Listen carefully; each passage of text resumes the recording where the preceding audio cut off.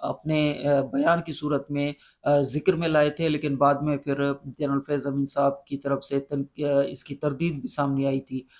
یہاں پہ فیض آباد دھرنے کا معاملہ ہو تو اس میں بھی جنرل فیض امین صاحب کا نام آتا ہے، اور مختلف جو معاملات ہیں اس میں جنرل فیض امین صاحب کا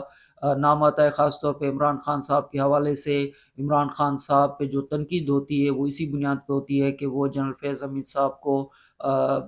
تب جو ہے وہ آرمی چیف بنانا چاہتے تھے، یا پھر یہ ہے کہ جنرل فیض امین صاحب جو ہیں وہ عمران خان صاحب کو بچانا چاہتے تھے، یا عمران خان صاحب کو وزیر اعظم بنانے میں جنرل فیض امین صاحب کا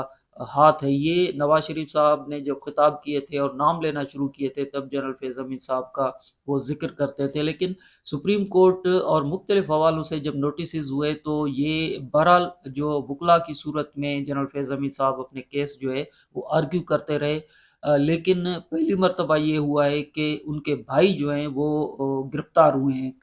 یعنی دائرہ جو تھا وہ ان کے ارد گرد تھا، جنرل فیض حمید کے ارد گرد، لیکن یہ کہا جا رہا تھا کہ جو ان کے وکلا ہیں وہ کیس لڑیں گے، وہ آرگیو کریں گے، لیکن یہ کہ اب ان کے بھائی کے حوالے سے، یعنی کہ قانون جو ہے یا گرفتاری کا معاملہ جو ہے اب وہ ان کے بھائی تک آ گیا ہے، اور ان کے بھائی جو ہیں وہ اس حوالے سے گرفتار ہوئے ہیں۔ ویسے وہ کہا جاتا ہے کہ آج عدالت کے اندر پیش نہیں ہوئے یا ان کے وکلا پیش نہیں ہوئے، جس کی وجہ سے نوبت یہاں تک آئی۔ تو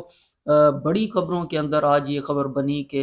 جنرل فیض حمید سابق ISI چیف کے بھائی جو ہیں وہ ویسے نائب تحصیلدار تھے، یعنی کہ وہ زمینوں کا اور مختلف حوالوں سے ان کے اوپر اینٹی کرپشن کا ایک کیس تھا چکوال کے اندر،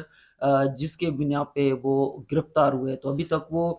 گرفتار ہے، لیکن آج نہیں بلکہ کل سے یہ ایک خبر جو 16 مارچ سے، یعنی میر علی کا جو علاقہ تھا نارتھ وزیرستان کے اندر، جہاں پہ دہشت گردوں نے سیکیورٹی فورسز کی ایک چیک پوسٹ پہ حملہ کیا تھا، جس کے نتیجے میں 7 سیکیورٹی فورسز کے جو جوان تھے وہ شہید ہوئے تھے۔ لیفٹیننٹ کرنل سید کاشف علی بھی ان میں شامل تھے، کرنل محمد احمد بدر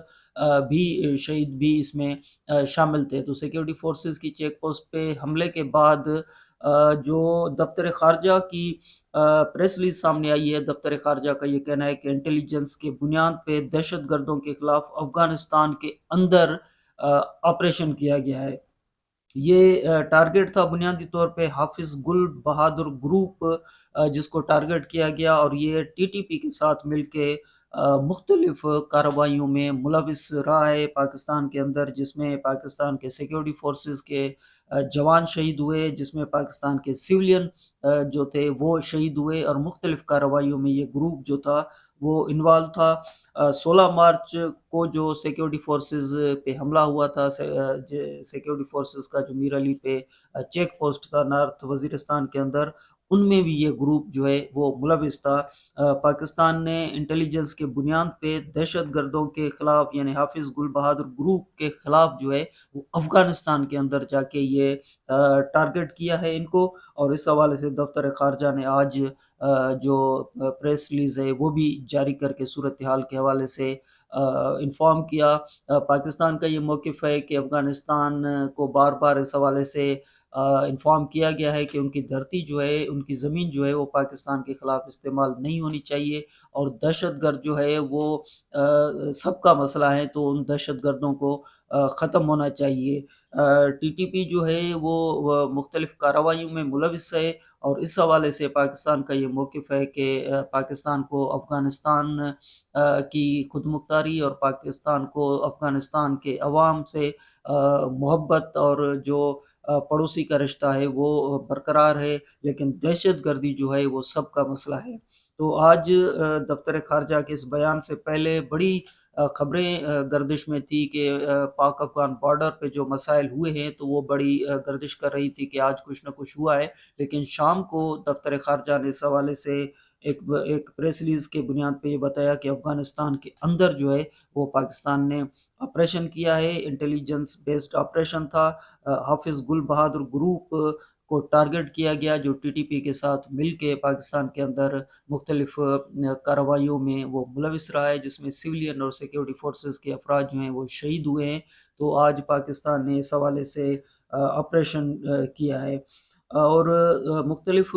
حوالوں سے آج جو خبریں بنی، لیکن یہ خبر جو تھی آپریشن کے حوالے سے، یہ ایک فالو اپ بھی آپ اسے کہہ سکتے ہیں کہ 16 مارچ کو میر علی کی